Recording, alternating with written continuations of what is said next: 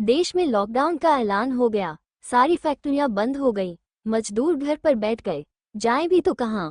दिहाड़ी मजदूरों की शामत आ गई, किराए के कमरों में रहते हैं, कमरे का किराया भी देना है और राशन का इंतजाम भी करना है। फैक्ट्रियां बंद होने पर मजदूरी भी नहीं मिली। मंजेश बढ़ई था, उसे एक कोठी में लकड़ी का काम मिला था। लॉकडाउन में काम बंद हो गया और जो काम किया उसकी मजदूरी भी नहीं मिली। मालिक ने बोल दिया, लॉकडाउन के बाद जब काम शुरू होगा तभी मजदूरी मिलेगी। एक हफ्ते घर बैठना पड़ा, बस कुछ रुपए जेब में पड़े थे। उसने गांव जाने की सोची कि फसल कटाई का समय है, वहीं मजदूरी मिल जाएगी, पर समस्या गांव पहुंचने की थी। दिल्ली से 500 किलोमीटर दूर उत्तर प्रदेश के सीतापुर के पास गांव है, रेल बस वगैरह सब बंद हैं। तभी उसके साथ काम करने वाला राजेश आया। मंजेश, सुना है कि आनंद विहार बॉर्डर से स्पेशल बसें चल रही हैं, फटाफट निकल, बसें सिर्फ आज के लिए ही हैं, कल नहीं मिलेंगी।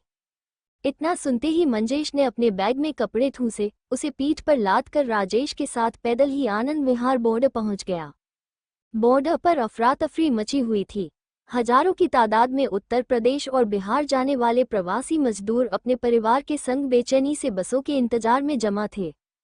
बॉर्डर पर कोई बस नहीं थी।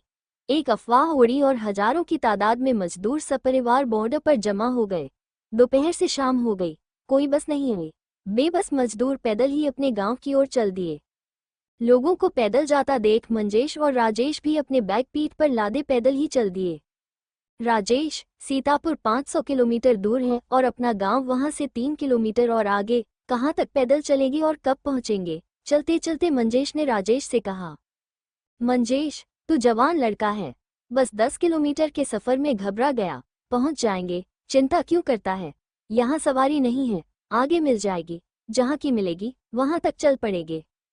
मंजेश और राजेश की बात उनके साथ साथ चलते एक मजदूर परिवार ने सुनी और उनको आवाज दी, भैया जी, क्या आप भी सीतापुर जा रहे हैं?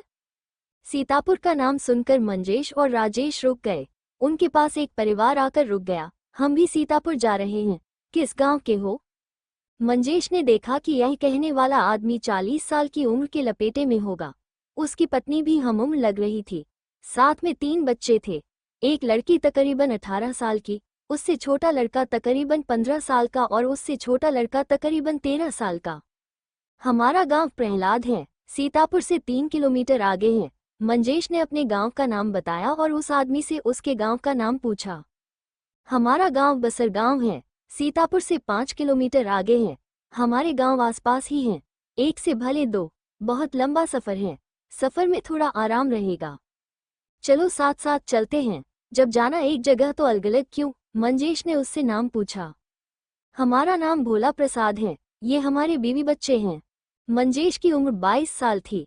उसकी नज़र भोला प्रसाद की बेटी पर पड़ी और पहली ही नज़र में वो लड़की मंजेश का कलेजा चीर गई। मंजेश की नज़र उस पर से हट ही नहीं रही थी। भोला अंकल, आपने बच्चों के नाम तो बताए ही नहीं। मंजेश ने अपना और राजेश का नाम बताते हुए पूछा। अरे मंजेश, नाम तो बहुत अच्छा है। हमारी लड़की का नाम ममता है, लड़कों के नाम कृष और अक्षय हैं।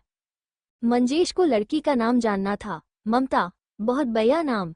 उसका नाम भी म से मंजेश और लड़की का नाम भी म से ममता, नाम भी मैच हो गए।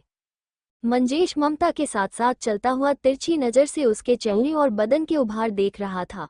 उसके बदन के आकार को देखता हुआ अपनी जोड़ी बनाने के सपने भी देखने लगा। मंजेश की नज़र सिर्फ ममता पर टिकी हुई थी।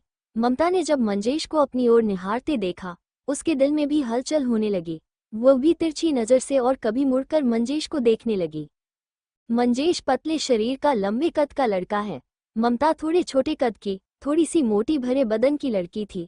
इसके बावजूद कोई भी उसकी ओर खींच जाता था। चलते चलते रात हो गई।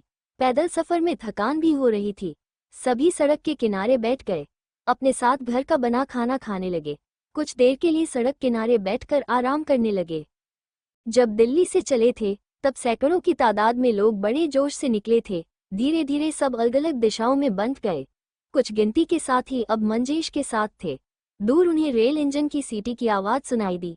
मंजेश और राजेश सावधान होकर सीटी की दिशा में कान लगाकर सुनने लगे।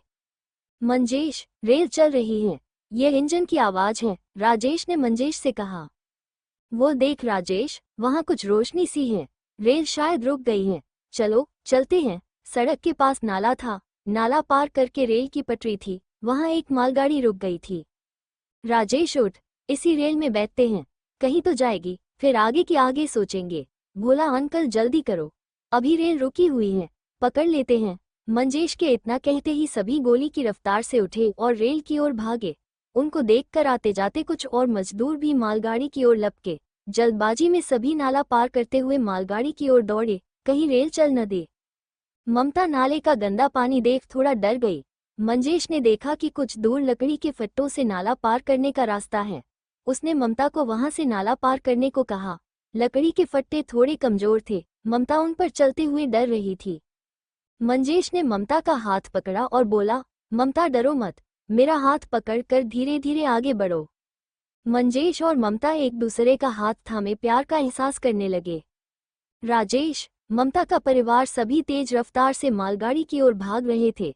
इंजन ने चलने की सीटी बजाई, सभी मालगाड़ी पर चढ़ गए। सिर्फ ममता और मंजेश फट्टे से नाला पार करने के चलते पीछे रह गए थे। मालगाड़ी हल्की सी सरकी। ममता जल्दी भाग, गाड़ी चलने वाली है। ममता का हाथ थामे मंजेश भागने लगा। मालगाड़ी की रफ्तार बहुत धीमी थी।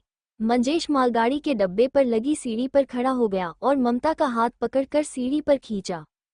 एक ही सीढ़ी पर दोनों के जिस्म चिपके हुए थे। दिल की धड़कनें तेज होने लगी। दोनों धीरे धीरे हौंफने लगे। तभी एक झटके में मालगाड़ी रुकी। उस झटके से दोनों चिपक गए, होंठ चिपक गए, जिस्म की गर्मी महसूस करने लगे। गाड़ी रुकते ही मंजेश सीढ़ी चढ़कर डब्बे की छत पर पहुंच गया। ममता को भी हाथ पकड़कर ऊपर खींचा। मालगाड़ी धीरे धीरे चलने लगी। मालगाड़ी के उस डब्बे के ऊपर और कोई नहीं था। राजेश और ममता के परिवार वाले दूसरे डब्बों के ऊपर बैठे थे। भोला प्रसाद ने ममता को आवाज दी। ममता ने आवाज देकर अपने परिवार को निश्चित किया कि वो पीछे उसी मालगाड़ी में है। मालगाड़ी ठीक ठाक रफ्तार से आगे बढ़ रही थी। रात का अंधेरा बढ़ गया था। चांद की रोशनी में दोनों एक दूसरे को देखे जा रहे थे। ममता शर्मा गई। उसने अपना चेहरा दूसरी ओर कर लिया। ममता, दिल्ली में कुछ काम करती हो या फिर घर संभालती हो? एक लंबी चुप्पी के बाद मंजेश ने पूछा। घर बैठे गुजारा नहीं होता, फैक्ट्री में काम करती हूँ, ममता ने बताया। किस चीज की फैक्ट्री है? लेडीज अंडरगारमेंट्स बनाने की, वहाँ ब्रा पैंटी बनती हैं। बाकी क्या काम करते हैं? पापा और भाई जुराब बनाने की फैक्ट्री में काम करते हैं। मम्मी और मैं एक ही फैक्ट्री में काम करते हैं।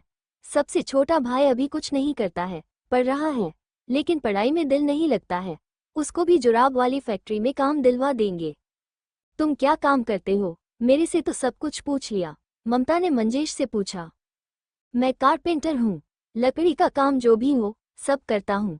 अलमारी, ड्रेसिंग, बेड, सोफा, दरवाजे, खिड़की सब बनाता हूँ। अभी एक कोठी का टोटल वुडवर्क का ठेका लिया है। आधा काम किया है, आधा पेंडिंग पड़ा है। तुम्हारे हाथों में तो बहुत हुनर है। ममता के मुंह से तारीफ सुनकर मंजेश खुश हो गया। चलती मालगाड़ी के डब्बे के ऊपर बैठे बैठे ममता को झपकी सी आ गई और उसका बदन थोड़ा सा लुढ़का। मंजेश ने उसको थाम लिया। संभल कर ममता, नीचे गिर सकती हो। मंजेश की बाहों में अपने को पाकर कुछ पल के लिए ममता सहम गई। फिर अपने को संभालती हुई उसने नीचे झांक कर देखा। थैंक यू मंजेश, तुमने बाहों का सहारा देकर बचा लिया, वरना मेरा तो चूरमा बन जाता। ममता, एक बात कहूँ? कहो। तुम मुझे अच्छी लग रही हो। मंजेश की बात सुनकर ममता चुप रही। वो मंजेश का मतलब समझ गई थी। चुप ममता से मंजेश ने उसके दिल की बात पूछी। मेरे बारे में तुम्हारा क्या ख्याल है? ममता की चुप्पी पर मंजेश मुस्कुरा दिया। मैं समझ गया, अगर पसंद नहीं होता तब मना कर देती। हाँ, देखने में तो अच्छे लग रहे हो। मेरा प्यार कबूल करती हो? कबूल है। मंजेश ने ममता का हाथ अपने हाथों में लिया। आगे का सफर एक दूसरे की आंखों में आंखें डाले कट गया। लखनऊ स्टेशन पर मंजेश, ममता, राजेश और ममता का परिवार मालगाड़ी से उतरकर आगे सीतापुर के लिए सड़क के रास्ते चल पड़ा। सड़क पर पैदल चलते चलते मंजेश और ममता मुस्कुराते हुए एक दूसरे को ताकते जा रहे थे। ममता की मां ने ममता को एक किनारे ले जाकर डांट लगाई। कोई लाज शर्म है या बेइज्जती? उसको क्यों घूर रही है? वो भी तेरे को घूर रहा है। रात गाड़ी के डब्बे के ऊपर क्या किया? माँ, कुछ नहीं किया। मंजेश अच्छा लड़का है। अच्छा क्या मतलब? ममता की माँ ने उसका हाथ पकड़ लिया। ममता और माँ के बीच की इस बात को मंजेश समझ गया। वो भोला प्रसाद के पास जाकर अपने दिल की बात कहने लगा। अंकल, हमारे गांव आसपास हैं, आप मेरे घर चलिए, मैं अपने परिवार से मिलवाना चाहता हूँ। मंजेश की बात सुनकर भोला प्रसाद बोला, वो तो ठीक है, पर क्यों? अंकल, मुझे ममता पसंद है और मैं उससे शादी करना चाहता हूँ। हमारे परिवार मिलकर तय कर ले, मेरी यही इच्छा है। मंजेश की बात सुनकर ममता की मां के तेवर ढीले हो गए और वे मंजेश के घर जाने को तैयार हो गए। लॉकडाउन जहां परेशानी लाया है, वहीं प्यार भी लाया है। मंजेश और ममता का प्यार मालगाड़ी में पनपा। सभी पैदल मंजेश के गांव की ओर बढ़ रहे थे। ममता और मंजेश हाथ में हाथ डाले मुस्कुराते हुए एक नए सफर की तैयारी कर रहे थे। अगर आप ऐसे ही और स्टोरी सुनना चाहते हैं तो हमारे चैनल को सब्सक्राइब